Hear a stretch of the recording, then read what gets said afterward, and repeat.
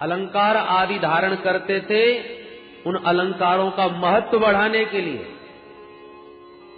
अलंकार हमारे प्रभु के अंग में आकर के अपना परम सौभाग्य मानते थे कि आज हमारी उपयोगिता सिद्ध हो गई। इतने सुंदर थे श्री विदुर जी महाराज कि कभी कभी तो प्रतिबिंब अपना देख करके प्रभु स्वयं अपने प्रतिबिंब पर मोहित हो जाते थे कि कोई इतना सुंदर। विस्मापनम स्वस्य च सौभगर्धे परम पदम भूषण भूषणांगम। जो स्वयं अपनी सुंदरता पर मोहित हो जाएं, आभूषण जिनके अंग में आकर के अपना सौभाग्य समझें, ऐसी उनकी सुंदर बाकी झांकी थी। और स्वभाव का तो कहना ही क्या।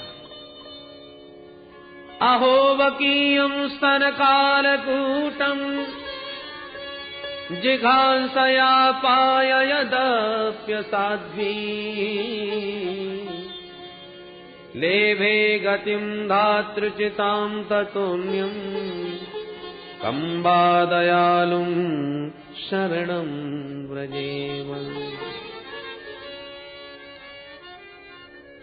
कैसा सरल स्वभाव था हमारे प्रभु का कि जो अपने स्तनों में कालकूट विष लगा करके बकी पूतना भगवान को मारने की दुर्भावना से आई, और बाप प्यारे सारे पापों पर पर्दा डाल करके उस महाकुलटा पापनी पूतना को भी धात्र्योचित गति प्रदान कर दी।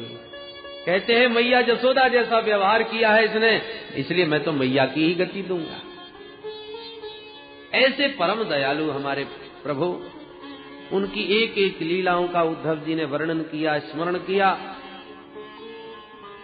और विस्तार से यदुवंश के संहार की कथा गाथा विदुर जी को सुनाई। विदुर जी बोले, उद्धव इतना सब हो गया और मैं तीर्थ यात्रा में ही घूमता रहा, मुझे पता तक नहीं चला, पर तुम कहां जा रहे हो? उद्धव जी बोले, विदुर जी मेरा मन बहुत क्षुब्ध है, मैं तो एक पल भी प्रभु के बिना नहीं रहता था, प्रतिक्षण मैंने उनका संग किया है, पर आज उनके बिना मुझे सारा जगत सूना लग रहा है। पर क्या करें, जाते जाते प्रभु ने मुझे चरण पादुका देकर बद्रीनाथ जाने का आदेश दिया है, मैं उधर ही जा रहा हूं। पर तुम्हारे लिए एक सुखद संवाद भी है। क्या? बोले, जब प्रभु परम धाम जाने की तैयारी में थे, उस समय मुझे बुला करके उन्होंने बड़ा ही मार्मिक उपदेश दिया, और मुझे जब उपदेश दे रहे थे तो मेरे पास में ही महामुनि मैत्रेय बैठे थे। केवल हम दोनों ने वह पावन उपदेश श्रवण किया। उपदेश देने के बाद मुझसे तो कहा कि जाओ बद्रीनाथ में रहो, और मेरे सामने ही मैत्रेय मुनि से कहा, मैत्रेय तुमने मेरा उपदेश सुना है, हृदयंगम किया है, मैं जब भी किसी भक्त से कुछ लेता हूं तो बदले में उसे कुछ न कुछ अवश्य देता हूं, पर एक भक्त ऐसा है जिसने सिर्फ मुझे दिया है, मैंने आज तक उसे कुछ नहीं दिया, और वो मेरे प्यारे भक्त हैं श्री विदुर जी महाराज। जब हस्तिनापुर में आया था तो विदुर विदुरानी ने कितना प्रीति पूर्वक मेरा सम्मान स्वागत किया था, पर आज तक मैंने विदुर जी को कुछ भी नहीं दे पाया। इसलिए मेरा ये तत्व ज्ञान तुम्हारे पास है, जब भी तुम्हें विदुर जी से भेंट हो तो ये ज्ञान उन्हें अवश्य प्रदान करना। इतना सुनते विदुर जी के नेत्र भरे आए, गदगद हो गए कि वाह प्रभु, हम विदुर जी हमारे घर में पवाने के लिए था ही क्या, सूखा बथुआ का साग खिला दिया, विदुरानी जी ने भावुकता में छिलके ही खिला दिए, और भगवान उसके ही ऋणिया बन गए। परंतु गदगद कंठ है विदुर जी का कि सारा जगत जिसे याद करता है वो जाते जाते मुझ विदुर को याद करके गया। उस नारायण प्रभु ने, उस हरि ने मुझे स्मरण किया, विदुर जी का हृदय गदगद हो गया। उद्धव जी से बोले, जल्दी बताओ मुझे मैत्रेय कहाँ मिलेंगे, मैं जानना चाहता हूं वो कौन सा ज्ञान प्रभु ने दिया है, मैं मैत्रेय से श्रवण करूंगा। श्री उद्धव जी बोले, तुम्हें हरिद्वार में गंगा के किनारे कहीं न कहीं मैत्रेय जी से भेंट हो जाए। बस इतना कह के उद्धव जी तो बद्री विशाल और विदुर जी सीधे हरिद्वार। हरिद्वार में गंगा के तट पर भ्रमण करते करते मैत्रेय मुनि से भेंट हो गई। जो मैत्रेय मुनि ने विदुर जी को देखा, उठ के खड़े हो गए। आओ आओ विदुर जी महाराज, मैं तो कब से तुम्हारी राह देख रहा हूं। ये बड़ा भारी दायित्व तो मेरे कंधों पर प्रभु डाल के गए हैं। आओ स्वागत है। विदुर जी तुरंत आए, मैत्रेय मुनि से भेंट किए और कहा, भगवान मैं अब आपसे अपने कुछ प्रश्न रखना चाहता हूं, मेरी जिज्ञासा का समाधान करें। पूछिए। विविध प्रश्न श्री विदुर जी महाराज ने किए। सुखाय कर्माणि करोति लोको न तै सुखं वान्यदुपारमं वा विन्देत भूयस्ततैव दुःखं यदत्र युक्तं भगवान वरेण्यः। विदुर जी महाराज पूछते हैं, महाराज कृपा करके ये बताइए कि संसार का प्रत्येक प्राणी सुखी होना चाहता है। ऐसा कोई नहीं जिसे सुख की लालसा न हो।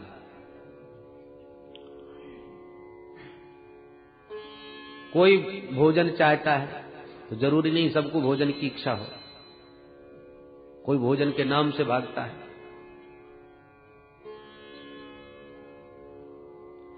हर वस्तु कितनी भी प्रिय हो, कितनी भी अच्छी हो, पर किसी को अच्छी लगेगी, किसी को नहीं। कोई लोग चाहेंगे, कोई नहीं, पर ऐसा विश्व में कोई नहीं जो ये कहे कि मुझे सुख की इच्छा नहीं।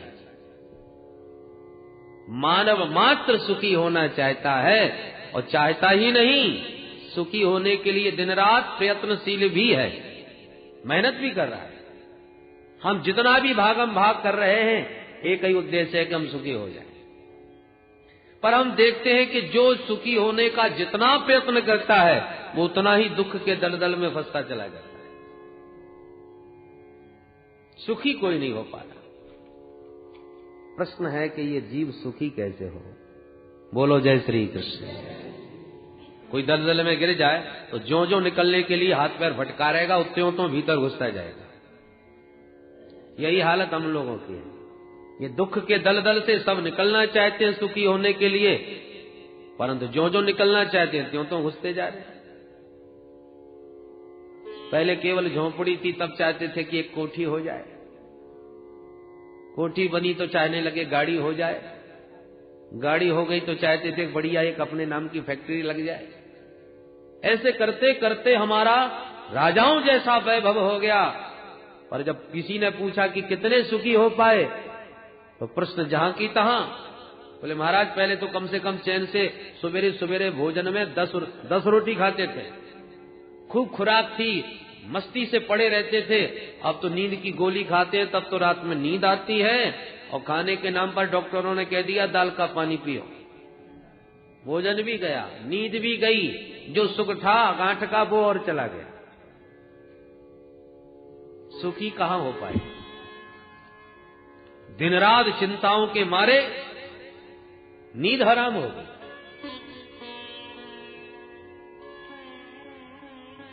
श्री मैत्रेय मुनि कहते हैं, विदुर जी महाराज आप साक्षात धर्म के अवतार हैं। मांडव मुनि के हिसाब से धर्मराज को ही विदुर रूप में प्रकट होना पड़ा।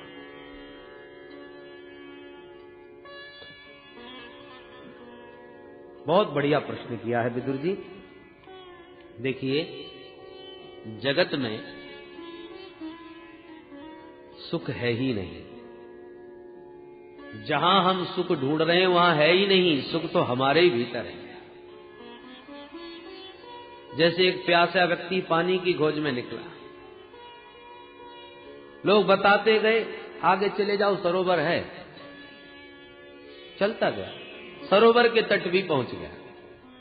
सरोवर में पानी भी बहुत था, पर विडंबना ये कि उसमें काई जम गई। कभी कभी आपने जो स्थिर जल होता है उसमें काई जमते देखा होगा। इतनी काई की परत लग गई कि पानी दिखाई ही नहीं पड़ता। ढक गया पूरा जल। अब प्यासा चारों तरफ देखता है, पानी की तो कहीं बूंद भी नहीं है। दूर दूर तक दृष्टि घुमाई तो सरोवर के चारों तरफ रेगिस्तान था। सरोवर में पानी है पर काई से ढका है। रेगिस्तान पर दृष्टि डाली तो रेतीली भूमि पर उसे जल की तरंगे नजर आई, जिसको मृग तृष्णा कहते हैं, मृग मरीचिका। कभी कभी सड़क पर गाड़ी से चलते समय गर्मियों में देखिएगा, सूर्य की रश्मियों के पड़ने से ऐसा लगता है जैसे पानी पड़ा हो, जल पड़ा हो सड़क पर पानी होता नहीं, बूंद भी नहीं, और दूर से देखो तो स्पष्ट जल ही नजर आएगा। वही मृग तृष्णा। प्यासा सरोवर के तट पर खड़ा है जहां पानी भरा है पर दिख नहीं रहा, और जहां पानी दिख रहा है वहां पानी की बूंद नहीं। तो भ्रम में पड़ गया, पानी जहां दिख रहा था वहां दौड़ पड़ा तो रेगिस्तान में भटकता भटकता मर गया। पानी का तट छोड़ करके रेगिस्तान में पानी पीने गया। यही हालत हम लोगों की। भीतर हमारे प्रभु ने आनंद का सागर भर रखा है, पर उस आनंद के सागर में अज्ञान की काई लगी हुई है। तो दिख नहीं रहा, समझ में नहीं आ रहा, और बाहर के विषयों में आनंद का भ्रम है, सुख का भ्रम है। ईश्वर अंश जीव अविनाशी, चेतन अमल सहज सुख राशि। जीव जो सहज ही सुख राशि था, जिसके भीतर ही आनंद आनंद और सुख सब भरा हुआ था, पर अज्ञान की परख के कारण दिखा नहीं। बाहर के विषयों में सुख का भ्रम हो गया, सो बाहर ढूंढने लगे। ये मिल जाए तो सुखी हो जाऊं, वो आ जाए तो सुखी हो जाऊं। तमाम वस्तुओं को जुटाता रहा सुख के साधन स्वरूप, पर जीवन में सुखी कभी नहीं हो पाया, क्योंकि बाहर जो सुख दिखाई पड़ रहा है वो नकली है। जैसे कि एक बार एक श्रीमान जी ने कहा, भाई गर्मी आ गई है, आम का मौसम आ गया, चलो आम खाए जाए। बेटे को बुलाया, बेटा जाओ बाजार से बढ़िया आम लेके आओ। रुपए दिए, बेटा गया। एक दुकान पर बहुत सारे फल सजे हुए थे, रुपए दे करके आम मांगे, दुकानदार ने आम दे दिए। बालक लेके घर आ गया, पिताजी आम ले आया। अच्छा बेटा एक काम करो, ठंडे पानी की बाल्टी में डाल दो ताकि खूब ठंडे हो जाए, तब खाने में आनंद आएगा। उसने लेके डाल दिया। थोड़ी देर बाद बोले चलो अब तो खूब ठंडे हो गए होंगे, चलो पाते हैं। जैसी बाल्टी देखी गई उसमें एक भी आम नहीं, मिट्टी मिट्टी नजर आई। बेटा ये आम तू कहां से लाया? बोले दुकान से। चल चल चल तो मेरे साथ दुकान पर। दुकान पर गया।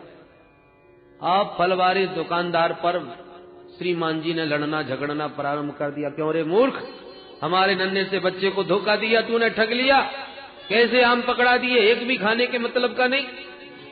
दुकानदार बोला नाराज बाद में होइए, पहले दुकान का बोर्ड तो पढ़ लीजिए, स्पष्ट लिखा है नकली फलों की दुकान।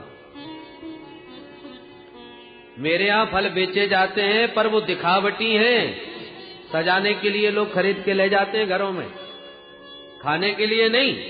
आपके बेटे ने आम मांगे, मैंने दे दिए, अब मुझे क्या मालूम खाने को ले जा रहा है कि सजाने को। गलती तुम्हारी है, तुमने बोर्ड क्यों नहीं पढ़ा। उसी प्रकार भगवान ने तो स्पष्ट संसार के ऊपर एक बोर्ड टांग दिया, दुखालयम शाश्वतम। गीता में भगवान कहते हैं ये दुख रूप है। दुखालयम, औषधालयम का मतलब औषधियों का घर, पुस्तकालयम पुस्तकों का घर, विद्यालयम विद्या का घर, भोजनालयम भोजन का घर, तो दुखालयम दुखों का घर। अब पुस्तकालय हो तो केवल एक ही पुस्तक थोड़ी मिलेगी, सब प्रकार की किताबें बहुत सारी होती हैं। औषधालय में एक ही दवा थोड़ी मिलती है, बहुत प्रकार की दवा। ऐसी दुखालय में एक ही दुख थोड़ी होता है, अनेक प्रकार के दुख। कोई तन दुखी, कोई मन दुखी, कोई धन बिन रहत उदास, थोड़े थोड़े सब दुखी, पर सुखी राम के दास। इस दुखालय में तो सब दुखी हैं। अब तुम भोजनालय में जाकर के भंडारी जी से कहो भैया जी हमें लघु कौमुदी दो, लघु सिद्धांत कौमुदी हमें पढ़ना है, तो वो कहां से दे देंगे? अरे तुम्हें पुस्तक चाहिए तो पुस्तकालय में जाइए, और पुस्तकालय में जाके कहो जरा गर्मा गर्म 4 समोसा दीजिए हमको भूख लगी है, वो कहां से देगा? सबके अलग अलग आलय हैं। दुखालय में दुख ही मिलेगा, सुख कहां से मिलेगा? पर हम तो दुखालय में सुख ढूंढ रहे हैं, जो किसी काल में संभव नहीं। तो जो आनंद सिंधु सुख राशि हैं, उनसे दुख मांगोगे भी तो भी नहीं मिलने वाला, क्योंकि उनके खजाने में है ही नहीं। कुंती मैया ने दुख मांगा तो क्या भगवान ने दे दिया? कहां से देते, था ही नहीं। पर जगत के दुखालय में यदि तुम सुख मांगो तो कहां से मिलेगा? वहां है ही नहीं।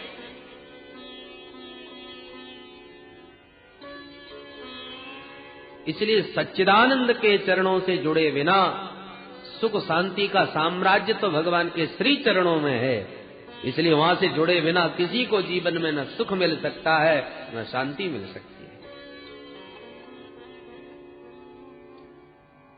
आपके घर में बिजली जरूर होगी, पर आपका घर बिजली घर तो नहीं होगा। अरे बिजली घर तो कहीं और है, पावर हाउस कहीं और है, वहां से कनेक्शन आपके तार का घर तक लगा हुआ है, इसलिए आपके घर में बिजली है। पावर हाउस से लाइन काट दी गई तो लटके रह जाएंगे सब उपकरण, पंखा हो, बल्ब हो, कुछ भी हो, सब लटके रह जाएंगे। पर साहब पावर हाउस से तो लाइन चालू है, हमारे घर में अंधेरा है, पड़ोसी के घर में तो खूब उजेला हो रहा है। इसका मतलब उधर से कमी नहीं, कमी तुम्हारे ही घर के बल्ब में है, या तो बल्ब फ्यूज है अथवा कोई लाइन खराब, तार खराब है, सुधरवाइए। उसके लिए जगह जगह पर बिजली के विशेषज्ञ लोग घूमते हैं, किसी बुद्धिमान को पकड़िए जो तार तुम्हारा ठीक कर दे। उसी प्रकार एक संत हमें आनंद में झूमता नजर आ रहा है, मस्ती में डूब रहा है, और हम 24 घंटे रोते ही रहते हैं। क्या चक्कर है? हमारी लाइट क्यों चली गई? हमारा आनंद कहां चला गया? ऐसे किसी सदगुरु के पास जाओ तो जो तुम्हारी लाइन फिर फिट कर दे, उस पावर हाउस से तुम्हारा कनेक्शन ठीक जोड़ दे, तो तुम्हारे घर में भी आनंद का प्रकाश प्रकट हो जाएगा। दूरदर्शन से प्रसारण हो रहा है, आपके पास भी टेलीविजन है, फिर चित्र क्यों नहीं आ रहा? बोले पहले तो टेलीविजन को ऑन करो, टीवी चालू करो, उसके बाद में वही चैनल लगाओ जहां से भजन का प्रसारण हो रहा है। ऊटपटांग चैनल है, तुमने उल्टा सीधा चैनल लगा दिया तो टीवी ऑन तो है पर खराब आएगी, ऊटपटांग दृश्य आएंगे। जहां से संस्कार का प्रसारण हो रहा है वहीं पर आपको भी अपना चैनल फिट करना पड़ेगा, तब जाकर के आपको वो सुंदर दृश्य दिखाई पड़ेंगे। उसी प्रकार आनंद तो सर्वत्र भगवान ने सबके भीतर भर दिया है, पर जब तक हम अपना भीतर का टेलीविजन ऑन न करें और कनेक्शन वहां से ठीक से फिट न करें, वही चैनल न जोड़े, तब तक ये दृश्य कैसे आवे? हनुमंतलाल जी ने देखो अपना चैनल जोड़ दिया। जासु हृदय आगार बसहि राम सरचापन। ईश्वर सर्वभूतेषु हृदयेषु तिष्ठति, सबके भीतर वो बैठा है, पर दिखाई कहां पड़ रहा है? उसका दृश्य नहीं दिखाई पड़ रहा। हनुमंतलाल जी ने देखो वो दृश्य प्रकट कर दिया। बसहि राम, छाती चीर करके भी दिखा दिया, देखो ये बैठे, दुनिया को दिखा दिया।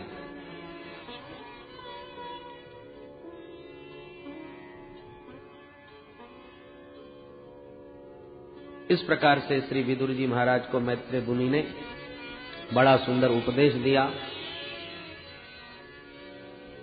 सृष्टि के बारे में प्रश्न किया तो विस्तार से सृष्टि प्रक्रिया का वर्णन किया।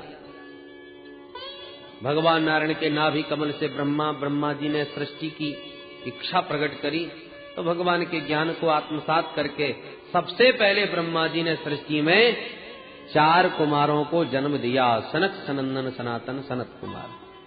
चारों से कहा बच्चों तुम भी सृष्टि करो। चारों ने काम बिल्कुल चक्कर में नहीं पड़ेंगे, हम तो केवल हरि का भजन करेंगे। ब्रह्मा जी को क्रोध आ गया, हमारे पुत्र हमारी आज्ञा नहीं मानते। इतना क्रोध आया कि उनका क्रोध ही भ्रकुटी का भेदन करके भगवान रुद्र के रूप में प्रकट हो गया। बोल शंकर भगवान की। ब्रह्मा जी ने कहा अरे भाई तुम्हारा नाम है रुद्र और काम तुम्हारा यही है कि तुम सृष्टि का विस्तार करने में हमें सहयोग दो। तो भोले बाबा ने भूत प्रेत डाकिनी पिशाचिनी की सृष्टि प्रारंभ कर दी। ब्रह्मा जी बोले बस करो महाराज, इतनी खतरनाक सृष्टि हमको नहीं करवानी, बैठ के भजन करो आप। तो बोले बाबा भजन में बैठ गए। अब क्या करें? तो अब की बार ब्रह्मा जी ने 10 ऋषियों को प्रकट किया। मरीचि, अत्रि, अंगरा, पुलस्त, पुलह, क्रतु, भृगु, वशिष्ठ, दक्ष और देवर्षि नारद। अपनी वाणी से परम सुंदरी कन्या सरस्वती को प्रकट किया, छाया से महामुनि करदम जी को प्रकट किया। ये सब मानस सृष्टि है, संकल्प सृष्टि ब्रह्मा जी की। और उसके बाद श्री विधाता ब्रह्मा जी ने अपने वामांग से कन्या और दक्षिणांग से पुरुष को जन्म दिया, जिनका नाम हुआ मनु शत्रुपा।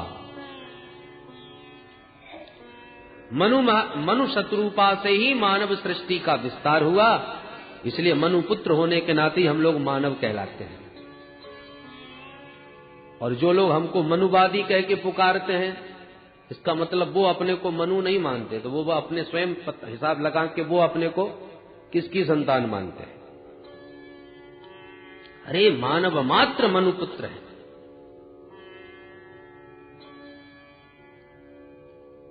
मनु शत्रुपा से 5 संतानें हुई, उनमें 2 बेटा और 3 बेटी। बेटियों के नाम आकुति, देवभूति, प्रसूति। बेटाओं के नाम प्रियव्रत और उत्तानपाद। पर एक दिन मनु महाराज ने ब्रह्मा जी से प्रार्थना करी, भगवान सृष्टि का मैं विस्तार तो करना चाह रहा हूं, पर कैसे करूं? ब्रह्मा जी ने कहा क्या हो गया? बोले महाराज एक राक्षस पृथ्वी का ही हरण करके ले गया। अच्छा, तब ब्रह्मा जी ध्यान लगाए। ध्यान लगाते ही उनको बड़ी तेज छींक आई और छींकते ही उनकी नासिका रंध्र से भगवान का बराह रूप में प्राकट्य हो गया। बोल बराह भगवान की। देखते देखते बराह भगवान का पर्वताकार देह हो गया। देवताओं ने स्तवन किया। हिरण्याक्ष का वध करके भगवान ने पृथ्वी का उद्धार किया। विदुर जी ने पूछ दिया मैत्रेय जी से, भगवान कृपा करके ये तो बताइए, ये आकर के हिरण्याक्ष कौन था जो धरती को ही उठा के ले गया? ये किसका बेटा था? मैत्रेय मुनि कहते हैं, विदुर जी महाराज,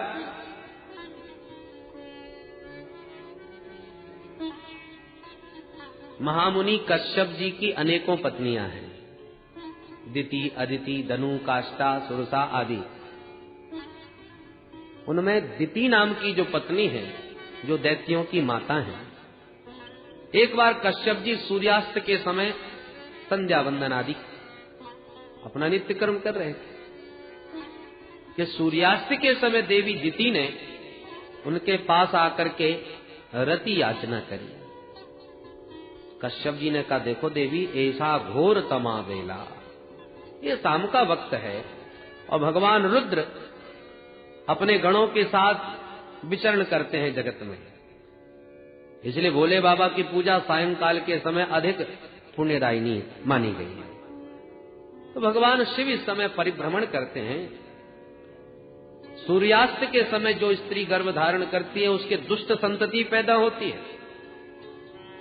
पर दिति एक न मानी तो भगवत इच्छा मान करके दिति का मनोरथ पूर्ण किया। कामज्वर शांत होने पर दिति को बड़ा पश्चाताप हुआ। श्री मैत्रेय मुनि कहते हैं, देवी श्री विदुर जी महाराज, दिति देवी ने 100 वर्षों तक अपने बच्चों को जन्म ही नहीं दिया, जिसके फलस्वरूप उनके शरीर से इतना तेज निकलने लगा कि स्वर्ग तक जलने लगा।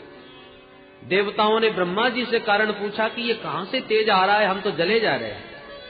तब ब्रह्मा जी ने ध्यान लगा के कहा, देवताओं घबराओ मत, मानसा में सुतायुष्मत् पूर्वजा सनकादयः। मेरे जो मानस पुत्र है ना, सनक सनंदन सनातन सनत कुमार, एक बार ये चारों भैया भगवान नारायण का दर्शन करने गए बैकुंठ में। बैकुंठ में जैसे ही प्रविष्ट होने लगे तो भगवान के पार्षदों ने दरवाजे पर रोक दिया, लाठी दिखा दी, क्योंकि ये तो 5 साल के बालक, पंचहायन संयुक्ता पूर्वे सामपि पूर्वजः, 5 वर्ष के बालक होकर के भी ये पूर्वजों के भी पूर्वज हैं, इनकी प्रतिभा को क्या क्या न मारा है। भगवान के जय विजय पार्षदों ने जब टोका रोका तो इनको क्रोध आ गया। क्रोध में इन्होंने 3 जन्म तक राक्षस बनने का शाप दिया। चरणों में गिर के दोनों द्वारपाल रोने लगे, थर थर कांपने लगे। भगवान ने जब ये खटपट सुनी तो तुरंत बाहर आ गए। चारों भैयाओं को भगवान ने नमन करते हुए स्वागत किया। भगवान के दिव्य छटा का दर्शन करके उनके चरणों में चढ़ी हुई दिव्य मंजरी की सुगंध ग्रहण करते ही सब कोप शांत हो गया। सनकादि आनंद में मुग्ध हो गए। पर भगवान हाथ जोड़ के कहते हैं, एतौ तौ पार्षदौ मह्यम जयो विजय एवच कदर्थे कृत्य माम यद्वो बहुवक्रातमतिक्रमम्।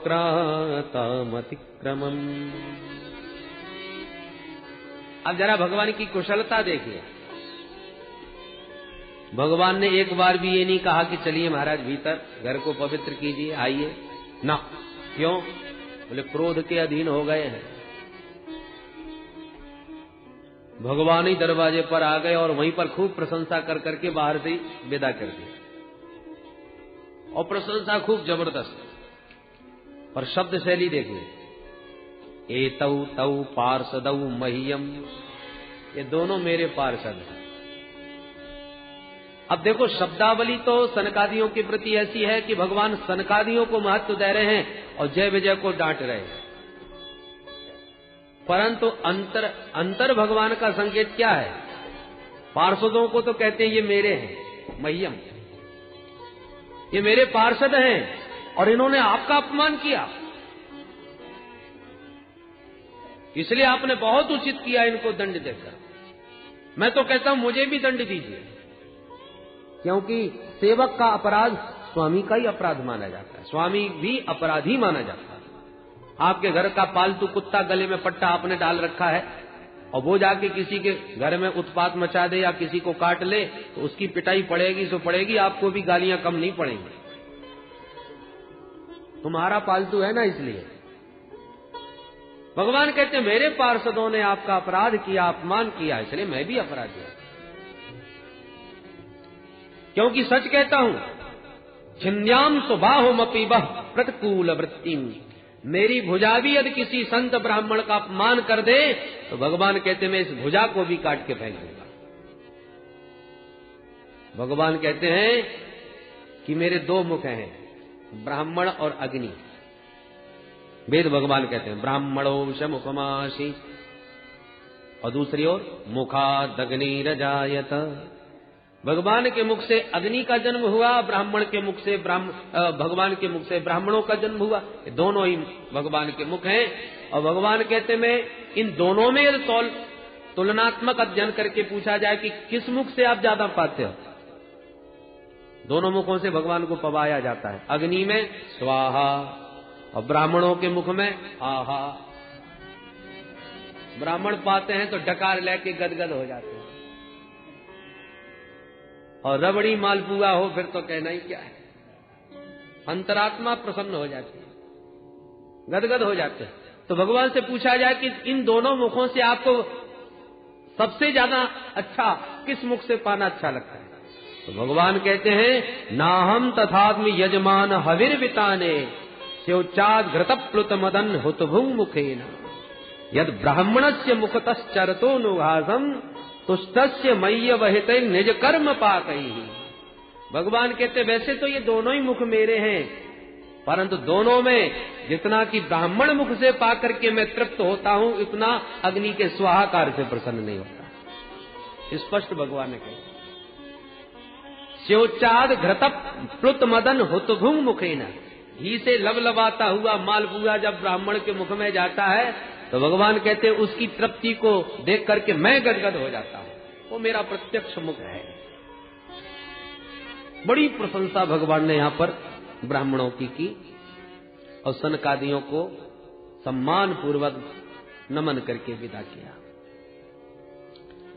सनकादियों के हिसाब से वे ही भगवान के पार्षद जय और विजय आज दिति मां के गर्भ में आ चुके हैं।